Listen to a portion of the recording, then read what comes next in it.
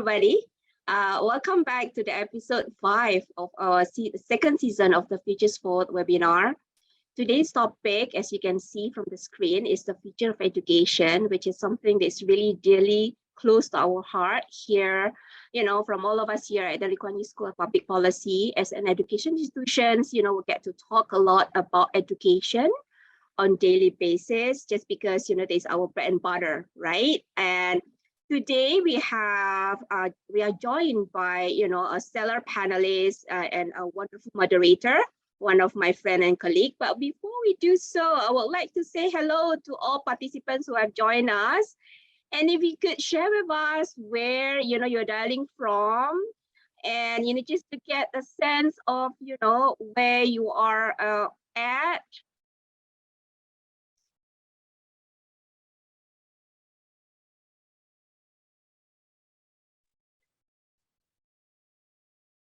Oh, we have Marco from Hong Kong. Hello, Marco. I hope you're keeping well. We have somebody from Dubai.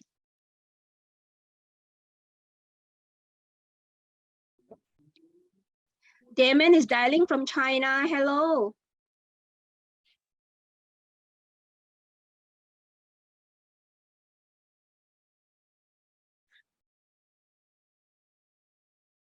Oh, wow. We have a participants dialing in from South Africa. Hi, Letitia. Hi, Marjorie from the Philippines.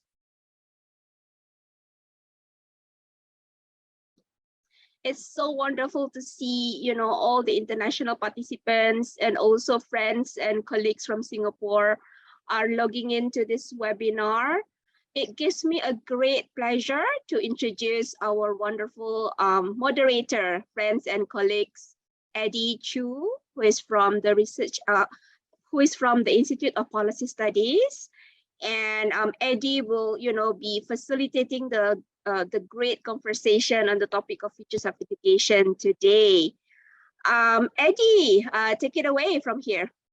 Thank you, Ani. I'm so delighted to be here. So thank you again to Executive Education at the Lee Kuan Yew School of Public Policy. I'm so delighted to have with us here a stellar panel, as Ani has mentioned. So I'm just going to do a very short round of introduction, and then the speakers will give their opening statements, and we'll take it from there. So let me just start off.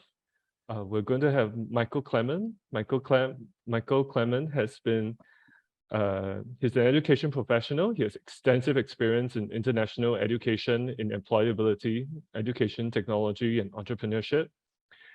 We have also with us Yvonne Kong Ho. Yvonne is deeply passionate about career resilience and career longevity. She's spent close to 17 years of experiences in education, people, and career development. So she really wants to see people working towards building and strengthening their career capital at every stage of their lives. And we have Dr. Peter Bishop, or as he likes to go by Peter. So Peter has been the founder and executive director of Teach the Future, which is an organization meant to encourage and support educators who want to include futures thinking in their classes and schools at all levels. He retired as Professor Emeritus of Strategic Foresight and Director of the Graduate Program in Foresight at the University of Houston.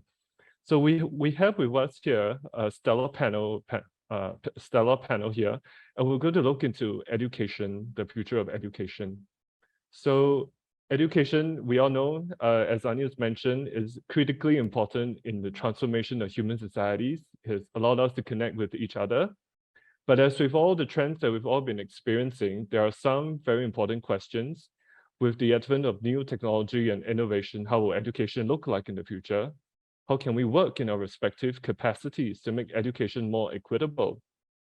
How can education in the future support individuals, communities, and societies for meaningful work, sustainable development, as well as personal well-being?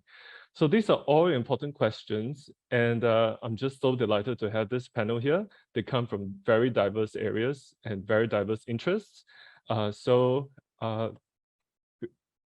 without any further ado, Michael, would you like to help us kick things off?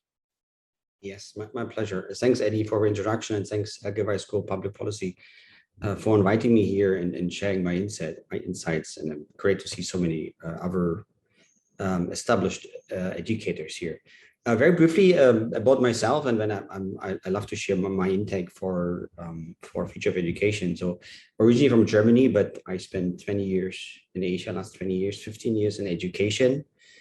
I was lucky, I would say lucky, to have spent time in different segments of education. And when we talk about future of education, it's not only about higher education, right? So I spent 5 years in a training institute.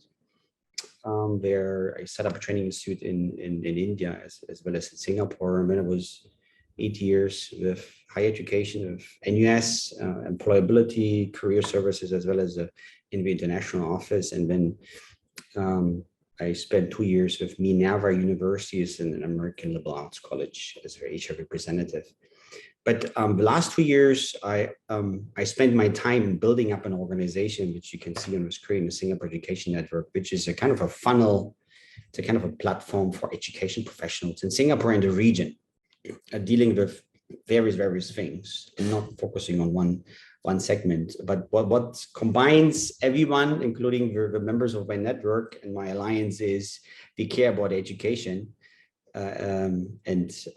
I care about education for many years, and I care because I also worried that in many ways education has gone in different, sometimes I would say wrong direction, and COVID, and I think we can't run away from touching on COVID as well, put things in different perspectives, has showed shortcomings, but has also showed promise, because particularly when it comes to more of a use of digital remote learning, which I believe should play a large role in the future, when COVID or the pandemic and the restrictions, what came of it, helped.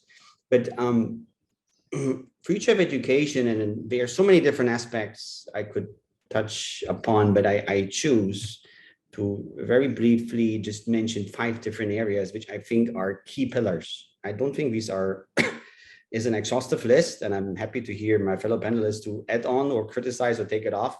But I want to mention 5 different pillars, which I think will be critical to continue progress of education. Number 1, and I think that's not a surprise, it's been going for a while, but it will continue going, is the area of lifelong learning. As we all know, because of the shrinking young population literally globally, and large economies, developed economies, where the younger working population gets smaller and smaller, the young population in general. So the time people work or the time people spend while contributing to the economy, and at the same time their skill level changing, which skill level required in the workforce or in the workplace changes so drastically fast that lifelong learning remains and becomes even more critical, and that will have a huge impact on education, and particularly who is the education provider, who provides that skill. So lifelong learning, universities will play an important part of it, but their education system as such needs to evolve, and the government will play or needs to play a big role in it as well. Another area which I believe has started, but it's still very much in the beginning, is I would call it the decentralization of education. For many decades or centuries, education has been, I would say, monopolized to some degree or centralized through governments and then through institutions, often public. But with the emergence of more skills-based education, of corporates diving deep into education, offering a lot of educational courses, skills-based courses, and establishing themselves as an education brand. I mean, I could mention the Googles or Microsofts, particularly in the IT space. There are many others.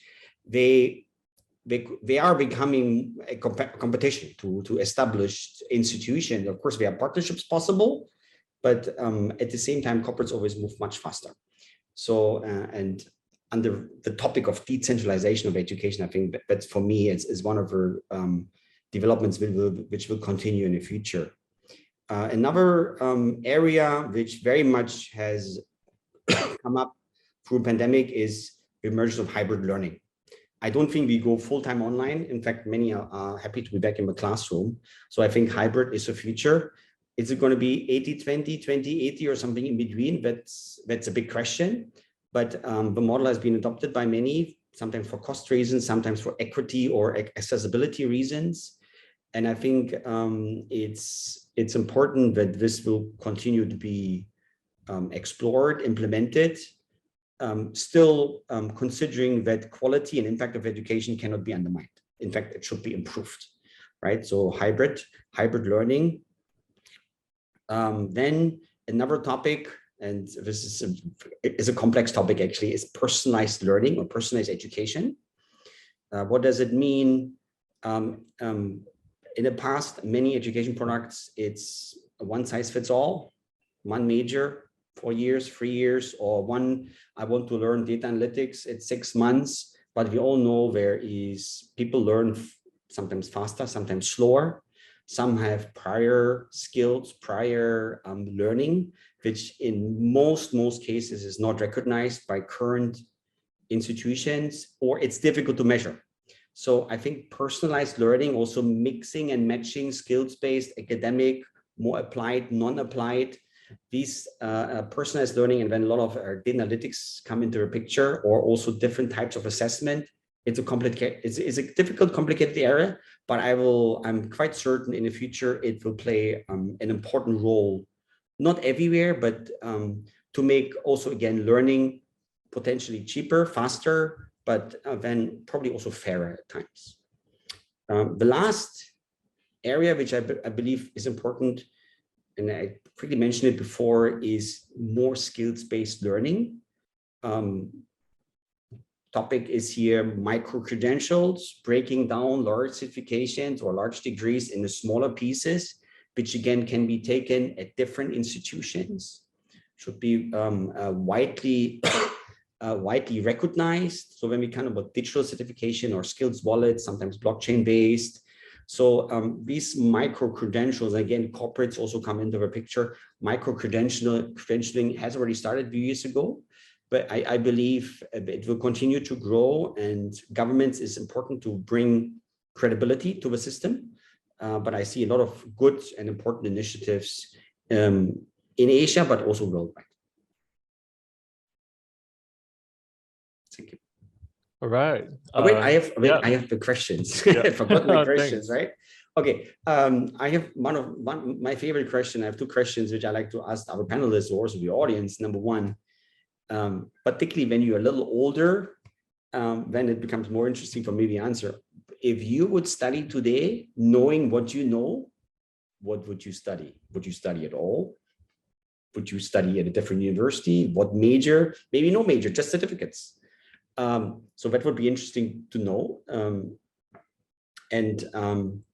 The second part is, do you think that education is too expensive?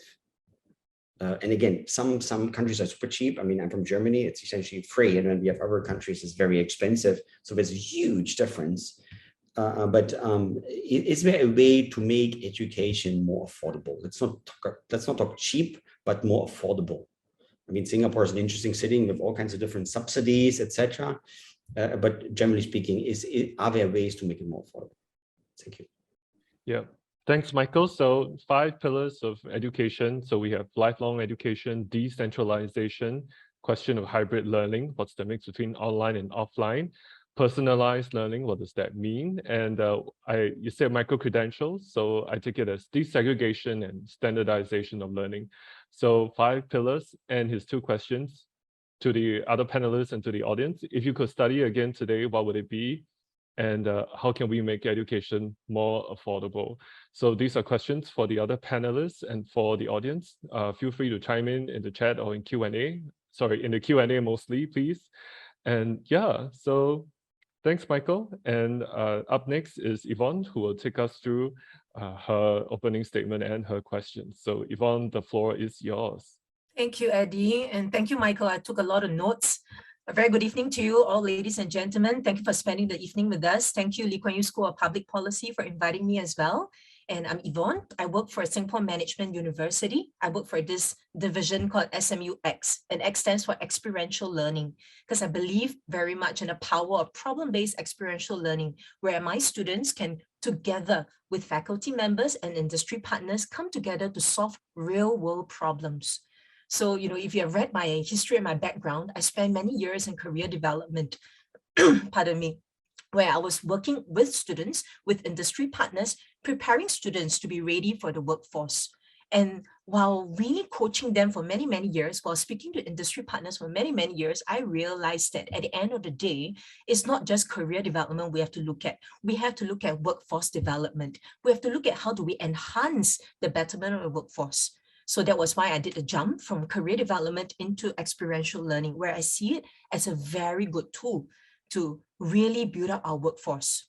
You know, I was just thinking when I was given the topic of the education of the future, I was just thinking out loud. And I asked my children, so I'm a mom of 2 children, they are 13 and they're 11. I was asking them, what do you think is the education of the future? And then my daughter, the 11-year-old who behaves like she's 21, she asked me, what is the purpose of education? And I'm like, whoa, okay, wrong question at the dining table, you know, and I'm like, how am I going to answer you? But she really made me sit down to think, what is the purpose of education? Because if we cannot answer that question, then we can't really look at the future of education. I was just thinking, so I was looking at her and it brought me to a time, allow me to share this very short story. Just before the COVID pandemic hit, I brought the whole family in November 2019 to do this volunteering trip in Phnom Penh. So I brought this group of, I would say there's about 20 of us, there are about 10 children in that trip.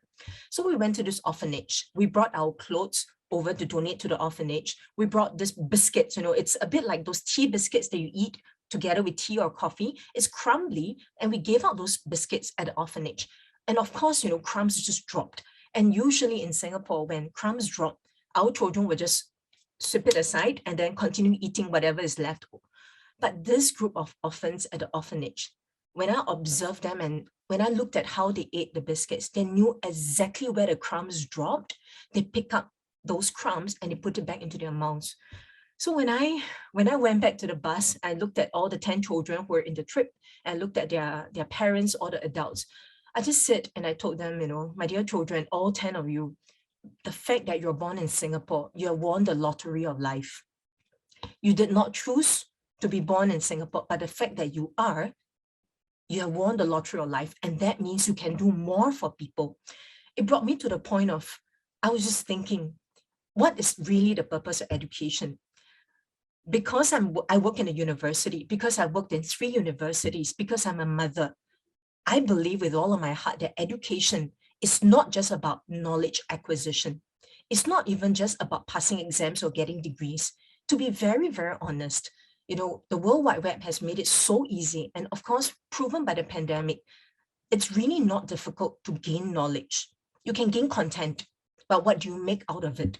So I believe with all of my heart that education is there because through education, we can elevate poverty. Through education, we can break the poverty cycle. Through education, we can make people's lives better.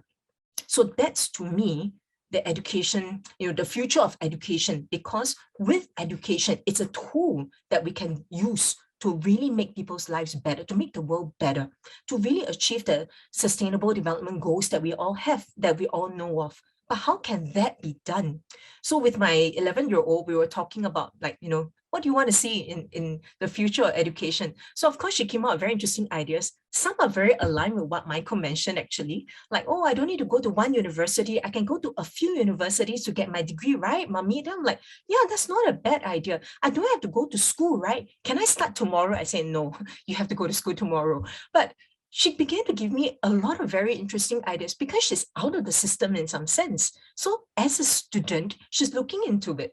And that, I would say, it's what education can be. But I was just thinking, if education is going to elevate people's poverty, is going to elevate a lot of issues, mitigate challenges in the world, I think we need to focus on 2 things. We need to focus on skills. And I was just, you know, looking at all the research reports by World Economic Forum, OECD, you know, how can we make it very simple? So I came up with an acronym. Actually, the purpose was to teach my children, you know, about the skills that I hope for them to have when they grow up. And this acronym is ACRE, because I hope that with what they gain, they can actually cover acres of people. They can influence acres of people, ACRE. So the skills that I hope for them to have, in a nutshell, ACRE: adaptability, creative problem solving, critical thinking skills, resilience, and empathy. Many a time, because of the pandemic, I've been able to do a lot of pro bono career coaching over Zoom.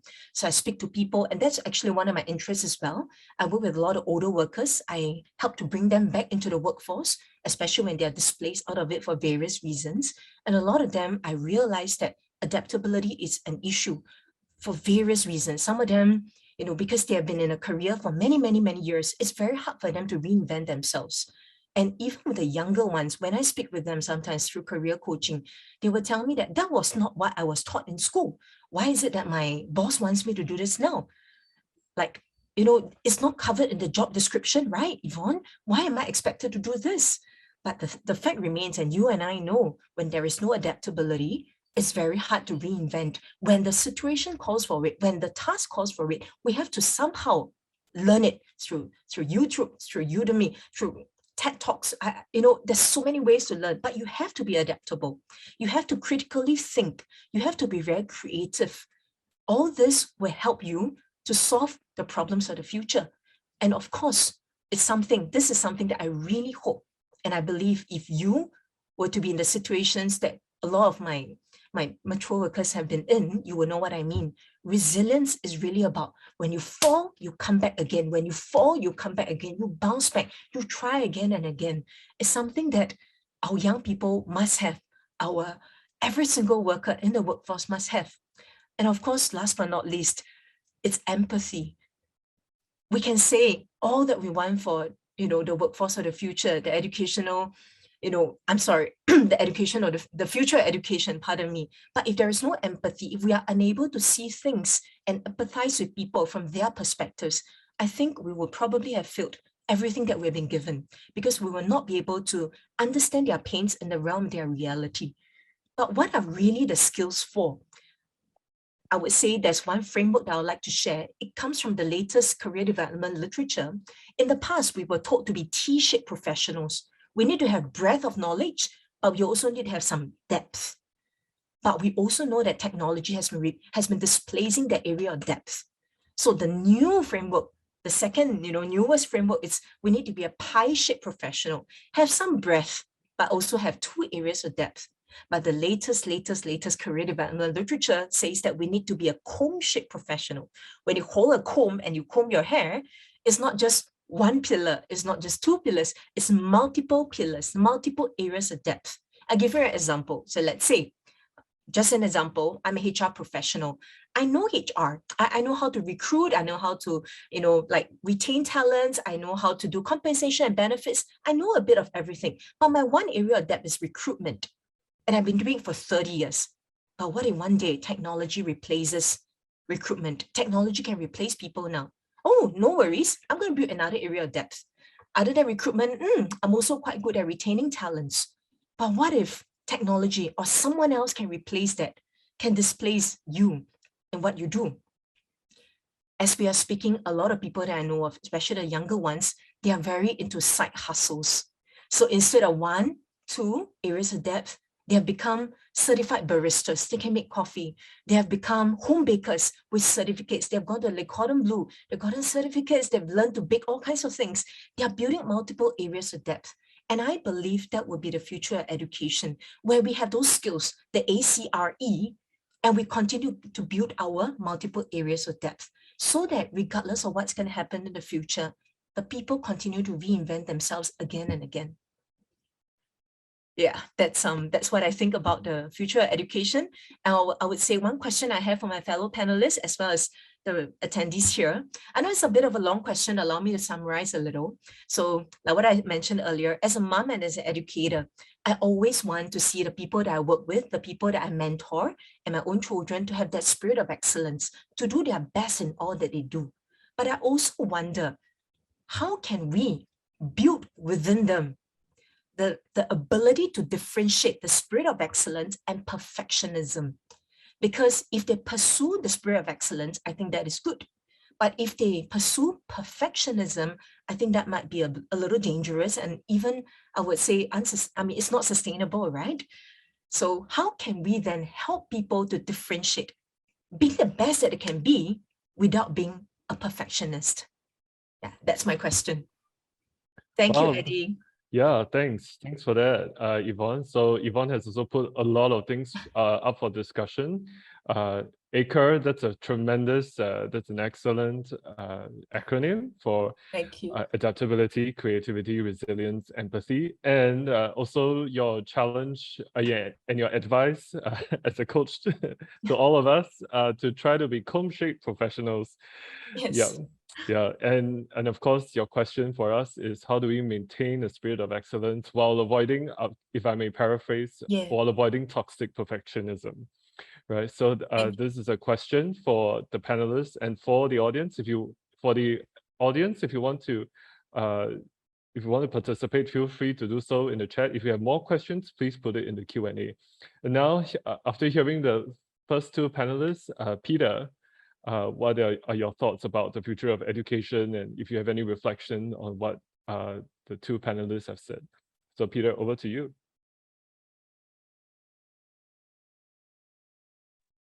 Well, Eddie, I really want to thank you, as Michael and Yvonne have done, including us in this outstanding discussion. I wish we could go on all day. It would be, you've opened up so many topics. I do have to complain a little bit though, Eddie, and with Annie, you've given me the toughest job, these two stirring presentations. Michael has mined the weak signals of education and looked at all kinds of different ones, and Yvonne's passionate statement about how education should be.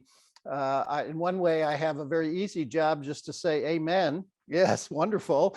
But I also have a harder job in trying to give something that is unique and different to this panel. So let me try and do the latter. I do say the amen. Thank you very much for your contributions. Let me give you a little insight into how I, as a futurist, I'm not afraid to call myself that, 40 years, 45 years of teaching and trying to create the future in our organization called Teach the Future. When we begin teaching about futures, we talk about multiple futures, of course, not single futures. We don't do predictions, as you know. We do alternative scenarios. And there's actually three kinds of futures that we work on.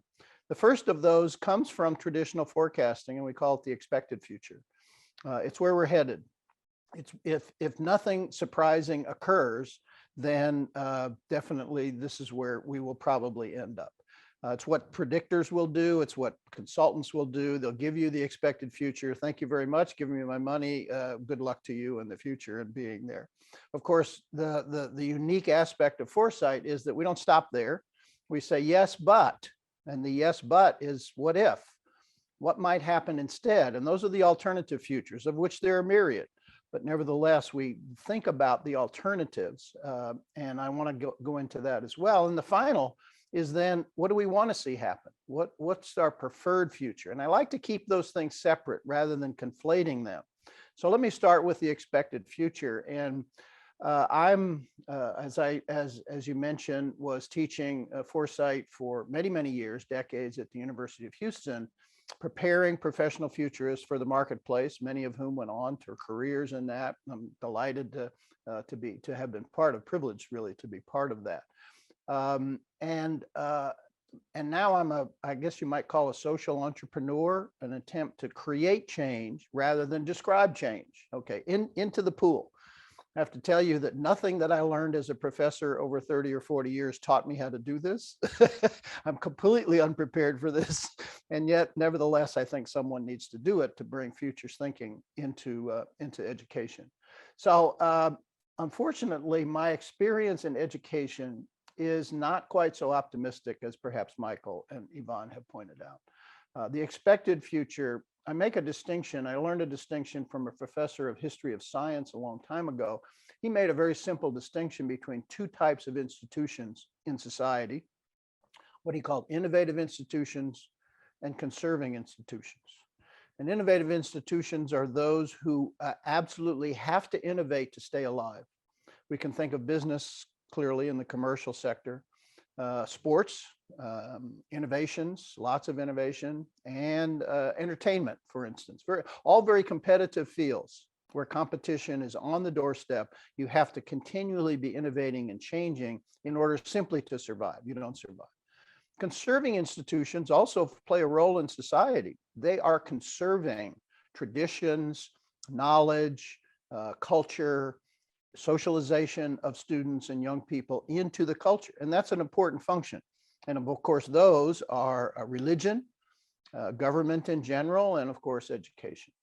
The problem with being a conservative institution is that innovation comes in a very difficult way. Education is fundamentally based on the past. The knowledge that we have, the traditions that we share.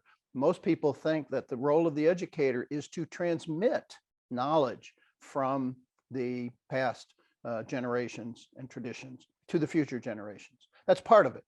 But as we have realized, the state of knowledge has changed in our world. I mean, the Big Bang, of course, is the internet. I'm not giving anybody anything they didn't already know, but I claim we haven't really digested that, particularly in terms of education. We are pushing, and Michael and Yvonne have already talked about it. We're pushing content still. We're reading textbooks.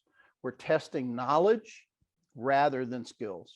I had a conversation with a history faculty and I say, okay, you're teaching all of these facts about history, which I guess some people might want to know or need to know.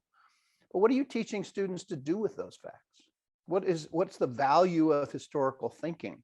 And therefore, going back to Michael's point, shifting from a content-based education, where 80% of what students are doing in class is learning knowledge that they could get literally in the palm of their hand when they go look things up. I don't know if you have millennials in your family, but they know exactly where all that stuff is. And Yvonne's daughter's question, Mom, why am I learning all this stuff? I agree with her. That's a really good question, and a lot of it is a waste of time. So one of the futures is that somehow there will be a shift away from the studying of knowledge and the passing on, the transmission of knowledge, to the acquisition of skills. And there are skills in education, except that they're generally in the periphery. In K-12 education, they're on the sports field, they're in the theater, they're in the music and art departments. Those are all skill-based, but they're all peripheral, and a lot of times they don't get the emphasis that STEM and science and professional education get. I know a lot of business professors. If there are any business professors out here, apologize for ahead of time by saying they're based upon the knowledge of the field, but not so much the practice of the field. Business people come out of school with an MBA or whatever, and public administration, I think the same way. They know a ton of stuff, but the people who hire them say, yeah, they know a lot, but they don't know how to do a lot. And we got to teach them what to do with all their knowledge and how they do. So could there be a future of education out there which is changing? The expected future, unfortunately, my expected future is no. Education has a lot of inertia. It is built into our culture. It is built into the passing on of traditions, not the innovation of going forward. So how does the alternative future occur? Well, I tend to believe that big changes follow big disruptions.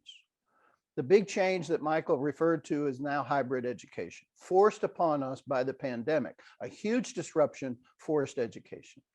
Let me add another word to this conversation, a big word, which is called disintermediation. It is taking the middleman, the middlewoman, the middle person, the middle institution out of a process and putting people in touch with the actual producer. The internet, financial services have disintermediated. PayPal and all of the credit card companies and all that have disintermediated the banks. And that started in the 1980s, a long time ago. What is the disintermediation possibilities of education? I don't think it's about learning. Education does not, and disintermediation usually blows up a monopoly. The monopoly that education has is not learning. All the things we've talked about, MOOCs and YouTube and all of those alternative forms of learning are big. The problem they don't have is credentials.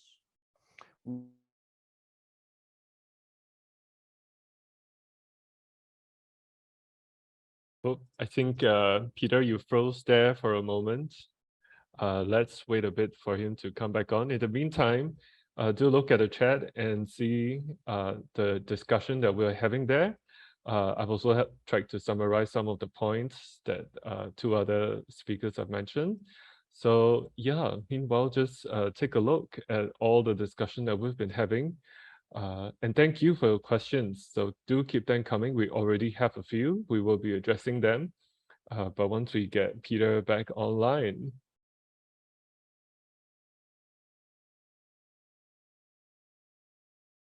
Oh, unfortunately, it looks like Peter has dropped out of the call for now. I'm sure we'll be trying to have him back online as soon as we can. In the meantime, we already have a few questions. Let me just put down there. So we have one for Ingtad. Ingtad's question was, do you think that AI will be featured much in the future of education? So that's one on AI. We have a separate question on the shift away from learning to from knowledge acquisition to skills-based learning. So a question is on the tension between what should be the primary focus of educators? What is how can we continue to focus on knowledge transmission while still engaging students who are less motivated? So yeah, so let me just give the panelists some time to think about that. Yeah, and whoever wants to go next can do so. I can jump in. Just Yeah, a second thanks, question. Michael. Yep. In terms of should knowledge transmission still be primary focus, I would say no. It's never a black and white answer, never a black and white picture. It's never only skills or only knowledge. So the question is, what is the ratio, right? Is it a 50-50, 80-20, etc.? I definitely think skills should be more taught. The biggest bottleneck I see is monopoly of universities, because conceptually speaking, they don't particularly, and I'm being purposely a bit controversial here, they don't particularly see the need to do it because they sit comfortably. Because usually issuing degrees requires the government permission, and the government is also not interested in essentially rocking a boat too much, because rocking a boat of education in general has a lot of ripple effects, right? Let's talk about parents, etc., and school system, etc. So it's difficult to implement because there's a lot of downstream implications. And that's why I think corporates or the employment market need to push harder that more skills-based education is introduced, but that has the consequence you need probably different lecturers or professors. It's a different type of pedagogy. It's also probably a lot more out of classroom learning, but again, requires a completely different mindset that university is not a mini city where you have everything from a supermarket to a sports ground to a swimming pool to a classroom. So use the city as your playground, or a city or of a countryside, right? And secondly, and that comes back to the monopoly. And I asked the question recently at an SMU conference where we had the OECD director as well as our Minister of Education here in Singapore. Are universities willing to accept skills-based certification who are issued by somebody else as part of a degree? So if you want to study business analytics, data analytics, something computer related, and somebody comes, okay, you know, I got an Amazon certificate, I have data analytics from Google and Microsoft, etc. Do you allow me to skip certain modules, right? And then age doesn't matter. Are you 18, 20, 25? Who cares? Skills is skills, right? So are universities willing to do that? And that is really a very important big question. And then I really wonder if universities will make that leap of faith or let go a bit of a monopoly. I think it would be very good. But okay, again, it has subsidies involved from Ministry of Education and probably less income from universities, but you open the doors to a wider audience. I think it would be good. All right, so the way you addressed it is, are universities willing to let go of their kind of gatekeeper status of skills? Yeah, okay. Yvonne, do you have any perspective on that? I would like to thank Nicholas for the question. It's a very good question. I would say, what is the outcome you would like to have for engaging students who are less intrinsically motivated or academically able? If your outcome is to prepare them eventually for the workforce, I think maybe knowledge transmission may not be what we're looking at as the focus. It can be a part of it. If I were to draw a Venn diagram, if we want to prepare them for the workforce, to make them, people who really can contribute to the workforce in their own unique ways, then we have to draw a Venn diagram. Knowledge transmission may be a part of it, but knowledge, or rather, I would say the acquisition of skills, the acquisition of workplace employability skills will be probably another part. And then the intersection of that Venn diagram will be what we are looking at. It's really their unique contribution to the world. So, in career development, when we look at, let's say, if we were to pull out a student who is not extremely engaged, not very academically able, maybe because the person has not found the niche yet, usually when we look at a person like this, I will try to re-engineer it by asking the student, using this framework, VIPS. If we can help the student to see what are the student's values, interests, personality, and skills, the intersection of these 4 circles will be the person's unique contribution to the world. So let's say a student, 15-year-old, not extremely keen to study, but the values like, I really want stability. I value family time because, I come from a family where I don't see my parents much. They're always busy. They're always working on weekends. So I value stability and I want to see my family more.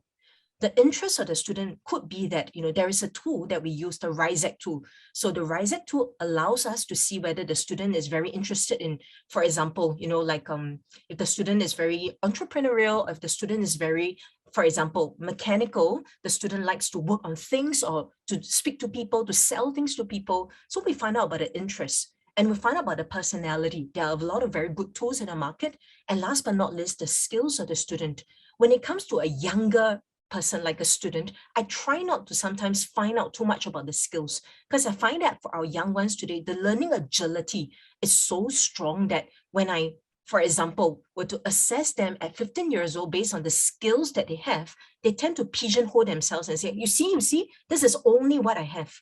So I tend to help them to look at the values, the interest, the personality, and the skills. I tend to put it aside first and say that you find out your values, your interests, your personality first. The skills can always be taken up. You can learn from YouTube, you can learn from someone, you can sit down with a teacher, you can buy a book to learn, you can take on the diploma or eventually, a certificate from somewhere to learn. But if we can find out the person's values, interests, personality, hopefully that can increase the engagement of the student and the student can see a goal and to hopefully put the student back into the system to gain and gather the knowledge and the skills that the student has or the student wants to amass so that the student can be prepared for the workforce. I'm not sure that will answer your question, Nicholas. Please feel free to ask more if you would like more details. Yeah, from Yvonne, I get the point on how we should really try to personalize the learning as much as possible and try to get people to understand where the students are coming from and especially their values and see how we can provide the platform for skills training from there. So you're just going upstream if I were to paraphrase. Yeah, so we also had an earlier question on AI, and that was how much do both of you think that AI is becoming a part of education? So maybe Michael, you want to go first again? It's a difficult question because AI is such a big topic and AI is often actually hidden within other technologies or products, right? Even though the technology AI is ready, but it needs to be adopted, right? Is like even if AI is fuel, but you need an engine, right? So you need a product, even if you have fuel, but you don't have an engine to drive, for example. So AI, I see AI utilization not in a dramatic way anytime soon. I think education, generally speaking, as an industry, is quite slow because it's largely publicly driven, often public money involved, and it's as an industry is quite conservative. But I can see AI being used, number one, for adaptive learning. So essentially technologies which, again, caters to the different skill level of the learner, and that can change during the course of a certain certificate of a program, etc. And again, that will help. But you need the technology to use AI to really and assessment, for example. That's definitely one area, but also pre-course assessment, and then adaptive learning during the course of learning, that AI can help study and measure the pace and impact of learning. And I think that I would say that would be critical, that if you do a course for 1 year, some people may not, or some learner may not have achieved what's needed after 1 year. But you only know that after 1 year, when you do an end of a course assessment, right? But you should have interfered. You should have taken a different track. You should have maybe learned in a different way much earlier. So it's kind of continuous assessment, from where I see AI could be a very useful way to track learning impact. It sounds a bit theoretical, but I think it's a very important part which could be applied, particularly in academic. I think it's probably more in the academic environment for institutions, etc. Yeah, thank you, Michael. Yvonne, do you want to give it a go? I would say AI will be featured, I would say, rather largely in the future education. I'm looking at the Bloom's taxonomy, which I think a lot of us are very familiar with. And as much as I really love and respect the high-tech, high-touch style of education, I would say that with AI can probably manage the lower levels of the foundation of the Bloom's taxonomy. AI can help in remembering facts, understanding facts, applying facts, yes and no, to test the students' understanding. However, when it comes to analyzing, evaluating, and creating, I still believe in the value of discussions in the classroom, debating, sparring with your professors, or with someone who can sit down with you, can break certain argumentative points with you. So that would probably be a bit more high touch. Certain parts of learning can be high tech. And when I'm also thinking about, if we want to make education inclusive and accessible to all, for example, in very far-flung places where educators, in the form of human beings, can't really travel to the village, then probably AI can help in a little. But, I still believe very much in the power of high-tech, high-touch styles of education. Wow, okay, so AI has a role in adaptable learning, and also in parts of the high-tech, high-touch component of learning, if we could break it down like that. Yeah, so thanks so much. I've just been informed that it is rather unfortunate that Peter might not be able to join us for the rest of the session, but that's okay. We still have Michael and Yvonne to hold the fort, and myself. I'm just looking at this question from Majori. So her question is, preparing for future threats such as pandemics and conflicts should be an essential part of nation building. How do you think we can democratize futures thinking, long-termism, make it accessible to the youth and to people from developing countries whose priorities lie with making ends meet because of poverty? So if I may kind of become a panelist for a short while with this question, it turns out that one of my projects at the Institute of Policy Studies is precisely looking at democratizing long-term thinking. So it is as part of Institute of Policy Studies, as part of our work, we do a bit of long-term thinking for Singapore society, and we have come up with a digital web-based application called quest2030.sg, where we expose people to different trends, and we invite people, members of the public, to share about what they feel about those trends and get a feel of Singapore in 2030. So, and I am also a big fan of Dr. Peter Bishop and what he does to teach the future. So his online resources there is really a huge, really such a huge effort in trying to aggregate futures resources for students. So if there's any teacher out there who, who was thinking about how to introduce futures thinking to their classrooms, please go to Teach the Future. So I'm being completely objective here. I'm making a pitch for both mine and Dr. Peter Bishop's Teach the Future as well. So I think you're right that in the sense there is a tension between all this so-called abstract trends and some of the immediate priorities. But I just want to make the pitch that actually those two things are more intertwined than we think. Climate change is no longer a 20-year away kind of thing. It is being felt today. And I hope that the present emergencies today can actually help people to realize, take a step back and realize that there is actually something they can still do today to help them prepare for the alternative future. So it's not just the expected futures of what tomorrow might bring, but also just slowly thinking ahead, think about building up resources so that they can, create massive changes that they need to make. So it's what I want to get a sense is provide all of us with a sense is that how the water, the drops of water falling on a rock kind of thinking.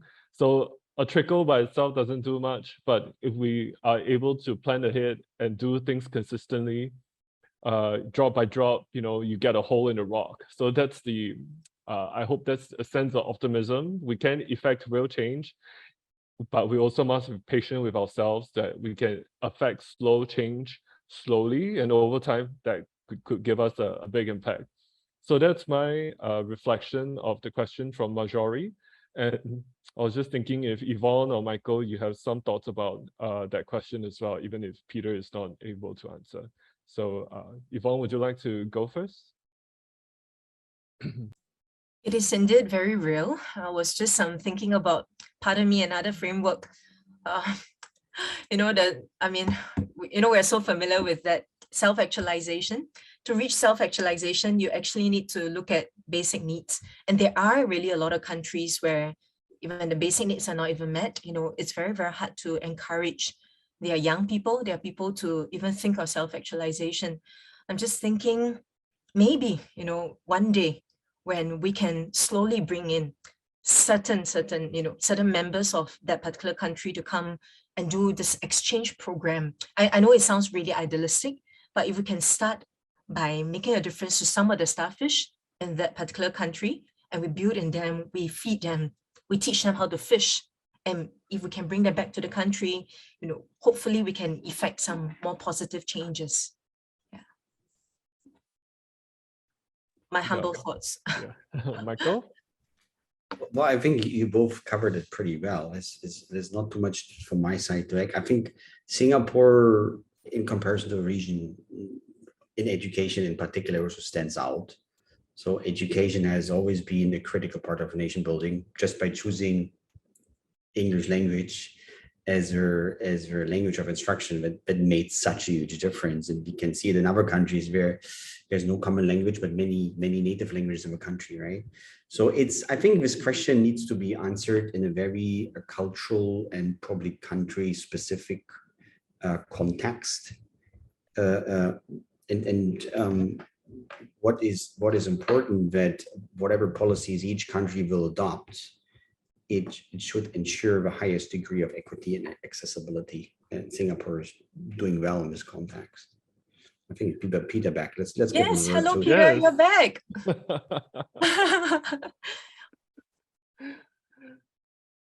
Sorry, you're on mute. Yeah, Peter, we were just talking about Teach the Future and democratizing futures versus survival needs. So if you could comment on that. Okay, well, Right my brother-in-law, who is quite a technical person, is still asleep. So I can't, I don't know what happened. I'm now on the cell phone, so I apologize. I was getting to such a conclusion, and then all of a sudden, Michael, this is what hybrid education is like. You know that.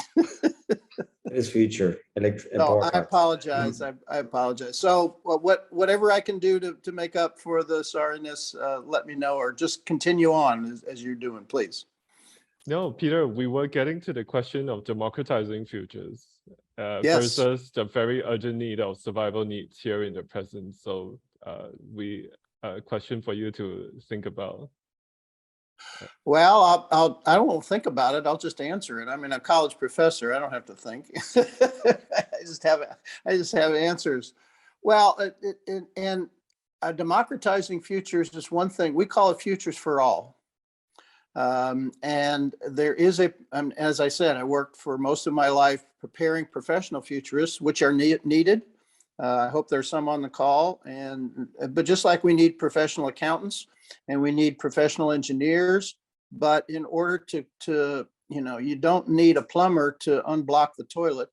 You don't need an accountant to balance your checkbook or understand what your credit card interest payments are. Those are literacies. And what we're pushing is futures literacy. Unfortunately, in schools today, I love the question, what would you study, Michael? Thank you. I would study futures, but I couldn't because no schools are teaching it. So there is that, that issue there. But yeah, we do need to put futures in schools all throughout. I mean, we're teaching my question to the panelists, which I never got to, why are we not introducing students to the future? We know how to do that now. We're good at it. Why aren't we putting that in schools? I have reasons of that, my own, but I'd love to hear the panelists' view of why we're not teaching futures in school.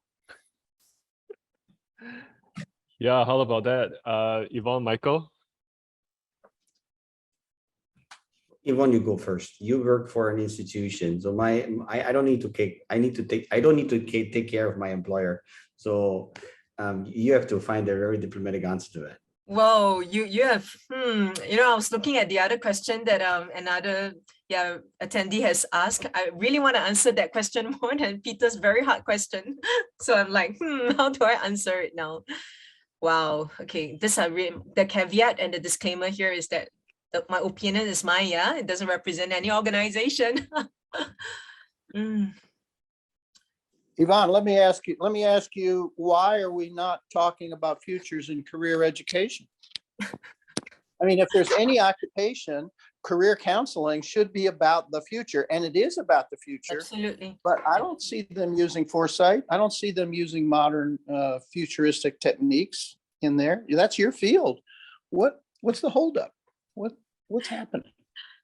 With all due respect to organizations and the yardsticks and measure that people are using, futures thinking to a lot of people, you cannot measure what the results might be. It's a bit too abstract, to a lot of people, especially, for example, in career counseling and career development. When is the person unemployed and when will that person get a job again? It's exactly what people are looking at. And uniquely to certain countries, not naming them, to certain countries, the starting salaries of a lot of graduates, it's very important. When they graduate and they start at, for example, $1,000 or they start at $2,000 means a lot to the nation and to the university.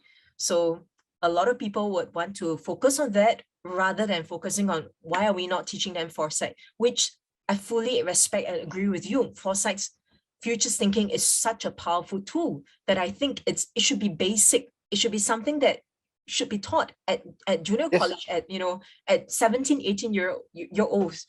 They should learn about that before they graduate.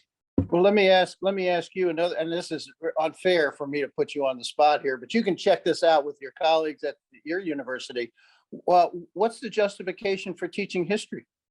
Do we measure the results of learning about history every single year in K-12 education and some in higher education? I think we should understand history too, but is there a measurement for that?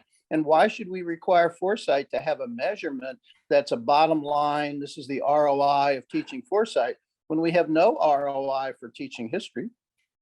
Yeah. I asked my history teacher before, why are we studying history? And she said, when you study history, then you can understand, when you study the past, you can understand the future. Yeah. Sounds familiar? Familiar. That's what they say, but I go back to a book that was published in the middle of the financial crisis, 2008, by a bunch of two economists in the United States. And the title of this book is This Time Will Be Different. It was a history of bubbles, beginning with the tulip bubble in the 18th century and the Southeast Islands bubble and everything else, the Pacific, and all the bubbles. This time will be different. And it wasn't. It was exactly the same. So we're studying all this past, repeating the mistakes over and over again.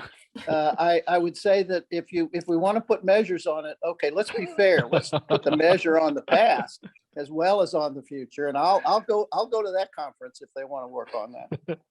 Well, Peter, let me give you my perspective on it. I mean, I worked for NUS here for a good number of years. So number one, I don't think foresight is a fully recognized subject. And I'm not saying I agree with it. No, it's not. It's not. So that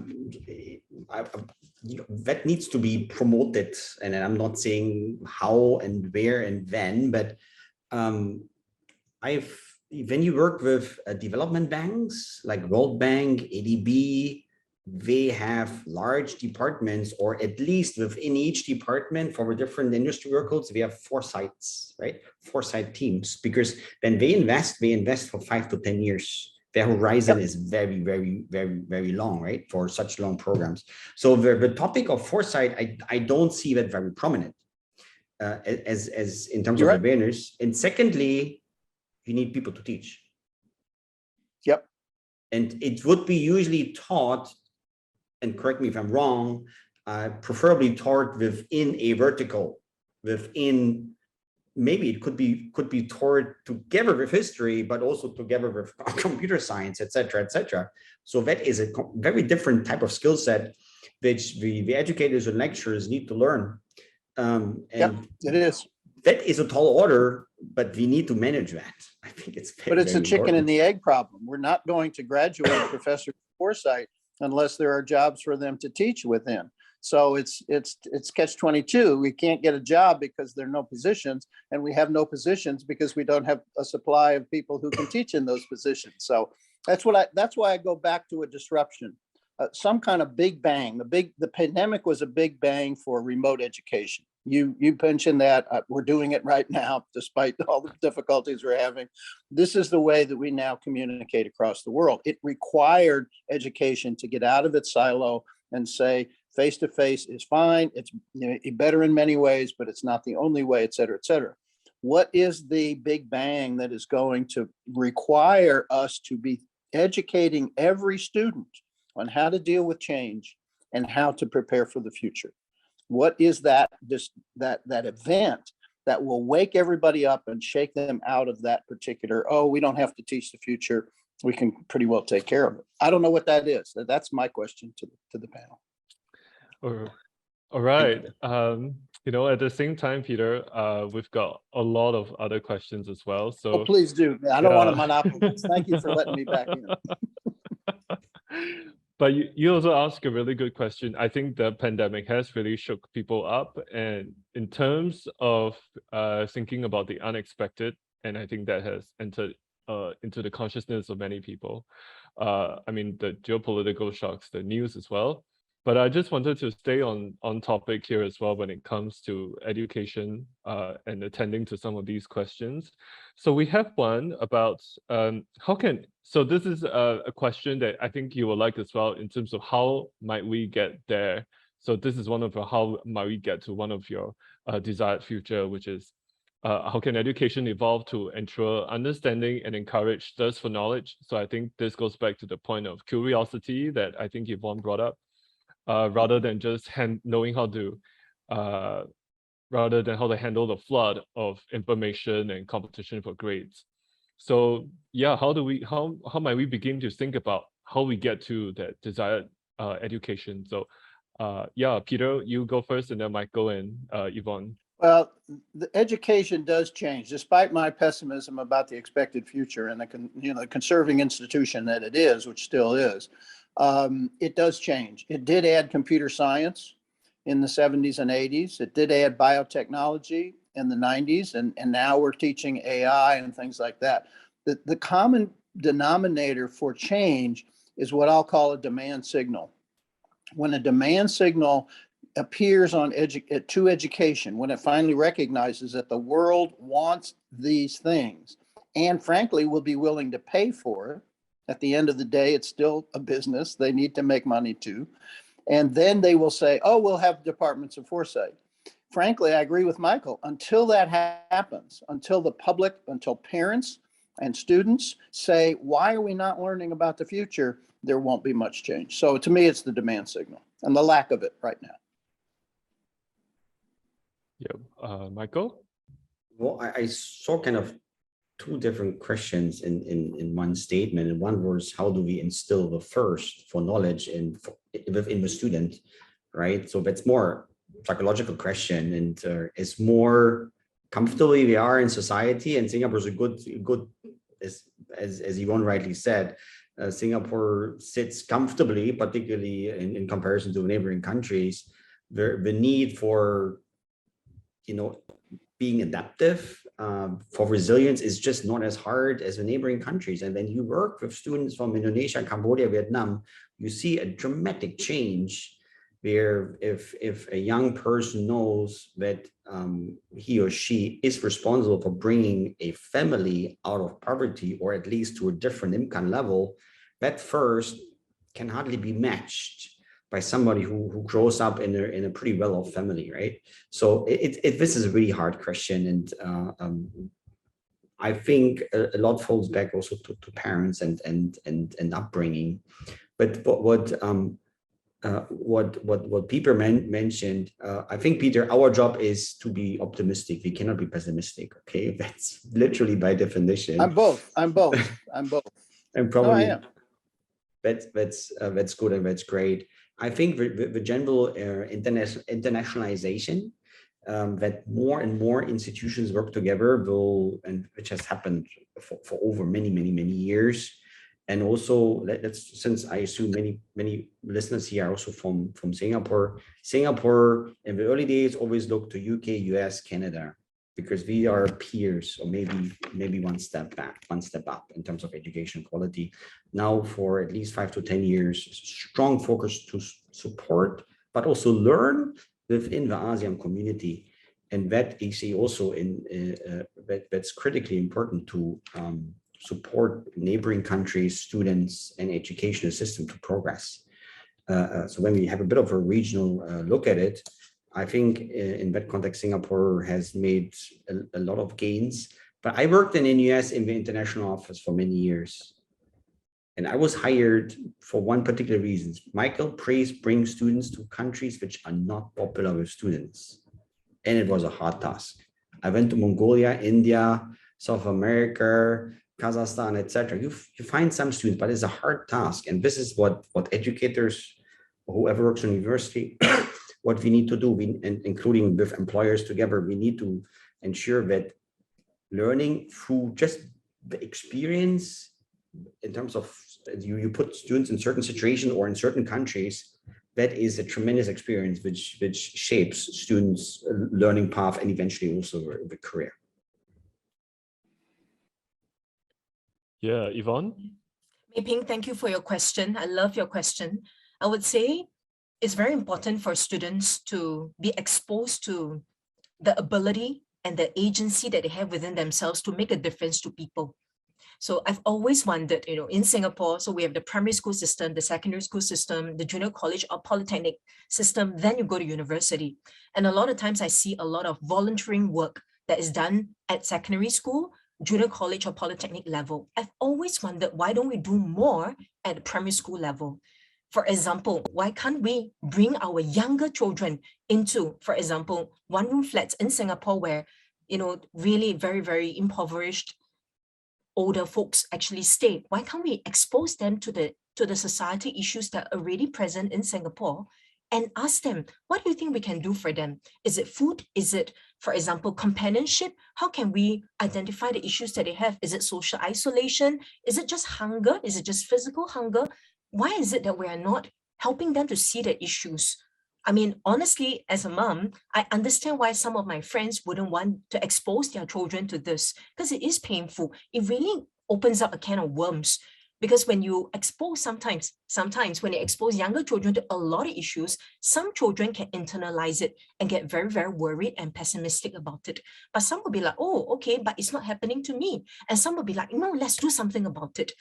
I just believe that if we can expose children at a younger age to see that there are actually issues in the world and there are ways that we can do, there are things that they can do with their hands to make a difference. I think that starts. And it starts, I really agree with what Michael said. It's not just the school, it's also the upbringing, it's the parents. We must all see that we are all members of this world. We are all members of the society, that we can make a difference and we can do something about something. It's not about, I'm going to gain and you're going to lose. We must have the abundance mentality. I really believe that the more we have, the more we can bless and we can give. So it's not just the school, it's not just the education system. It must be everybody doing something. And I'm very heartened to share with you that when the pandemic hit, I think in Singapore, we saw a lot of very, very good examples of how some parents got their children to actually come together to come up with care packages to give it to the neighbors in the block of flats. In Singapore, we live in like apartments. They're like 16, 20 stories. There are a few units. And these parents actually make their children, they come together, they do very, very small little care packages. They leave it at the doors of their neighbors and say, it's just something to bless you. I think that's a very good way to just start the children to say that, I may be young, but I can do something. I can do something. If we can train our young people, our young children to spot, to see a need and to feel that need, I think we really can change the world in our very little ways. And I can't agree with you more. Notice that's a skill. The schools need to put those skills on their learning objectives as opposed to the content. The content is fine. You need some content, but we don't have time to spend all that time on content. The skill of addressing problems, working with others, collaborating, problem solving, critical thinking, the whole list of skills should be the primary learning objectives for schools in the 21st century, not the knowledge that we're now basically still requiring out of textbooks. I agree with you. Yeah, thanks so much, Peter and Yvonne. Thank you. Unfortunately, our time together is coming very, very rapidly to a close. Thanks so much. But before we go, may I ask each of the three panelists to just give us a closing statement, a sentence, a thought for our audience to live with. Yeah, so maybe Michael, would you like to go? That's a lot of wisdom to be put into one sentence. Well, I think I would simply say never stop learning. And for me, my best way of learning is just listen. I often meet people and ask, can you just catch up for coffee? I want to know what you do. And tell me, what are your thoughts about your own work and what are your strategies, etc. Right? So it doesn't have to be directly related to your own job scope, but every single small discussion with another colleague or somebody else in the industry, it's a learning opportunity. Don't lose it. Yvonne? I would say, let's bring back the beauty of altruism. Let's bring back the beauty of altruism. Let's do things for people just because we want people to benefit, just because we want people to be well. And with that in mind, then we use all our education, our skills, and everything that we have to make the world a better place. Yeah, very inspirational. Thank you, Yvonne. And Peter? Yes, my one of the assumptions about education is that to be successful, one has to have the right answer to the questions that the teacher asks and the right solution to the problems that they present. Unfortunately, the educator, in a desire to make education accessible, answers questions that have one right answer. They present problems like math problems that have one right solution. How many real questions in our world as adults do we run into that have one right answer? And what problems have one right solution? No, it's better or worse answers. It's not complete relativism. You can't think, but what's the best approach here versus the right approach? And if we had a population, a citizenry that was prepared to deal with positive and negative, with benefits and costs, we would be a much better society. And I think the right answer mentality, the right solution mentality, we argue about that stuff all the time. There is no one right answer. There is no one right future. I wish we were teaching. And notice that in skills, there are multiple answers and multiple ways of achieving the same goal. That would be my hope for education. Wow, thanks, Peter. Thanks for also the monumental task of summing up some of your thoughts in such a pithy way. I am so delighted to have had this discussion. I am so glad to have spent the afternoon this way, and I hope many of you out there listening in feel the same way as well. And so with that, please join me in thanking the speakers and the team as well. And I hand this over to Ani. Ani, go ahead. Thank you very much, Eddie, and really all panelists. I really enjoyed the conversation so much that, if you can see my papers, it's like, whoops, can't really see. Yeah, just to share quickly, if you allow me to indulge, a quick minutes to kind of share some of my key takeaways. I think, this future of education is really a hot button topics. I think we can spend the whole season of the Future Forward webinar only talking on education and not other topics, because I think there are many, elements into education. I think one of the key takeaway that I really took note is really when we talk about AI, and I really like the comments from Yvonne around the high tech and high touch, just because I think one of the missing thing that didn't really appear in today's conversation is really about the role of teachers, right, and the university lecturers. Because when you talk about AI earlier, I was quite concerned that should I actually start to look for another job just in case the schools and teachers and lecturers are no longer needed in teaching the students. And I think just to kind of help Yvonne in answering the question on why is future thinking not part of the classroom at the moment, this is precisely what we are doing, Peter, here at the Lee Kuan Yew School of Public Policy, Executive Education, Singapore Futures.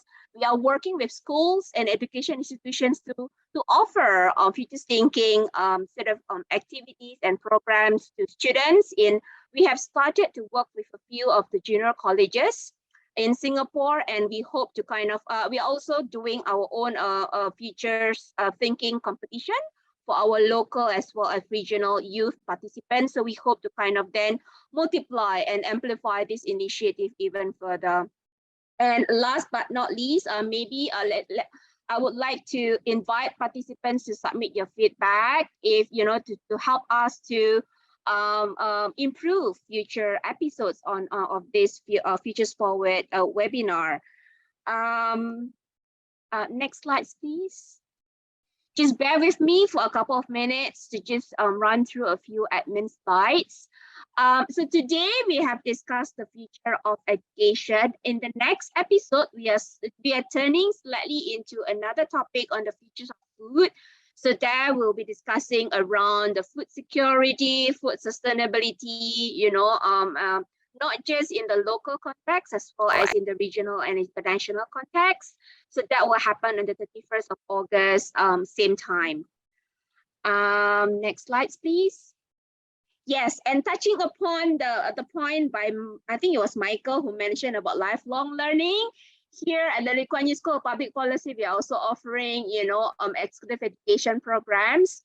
One is on futures. So parents, if you feel like you need to equip yourself with future thinking skills and literacy before you can actually teach your children, feel free to attend our Futures for Public Policy, the second run scheduled for from 13 to 16 of September. And there's an early bird discount of 20%. So do scan the QR code on the screen. So if you are interested. And of course, we do have a couple of other skill-based executive programs for you to, upskill and also pick up new skills. And next slide, please.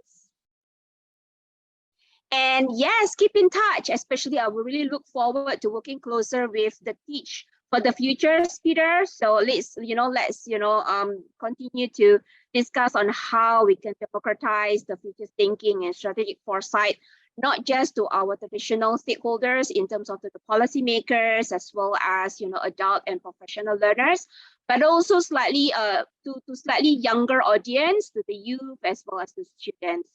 With that, really, thanks so much, all panelists and Eddie, Michael, Yvonne, and Peter for the very thought-provoking and very insightful conversation.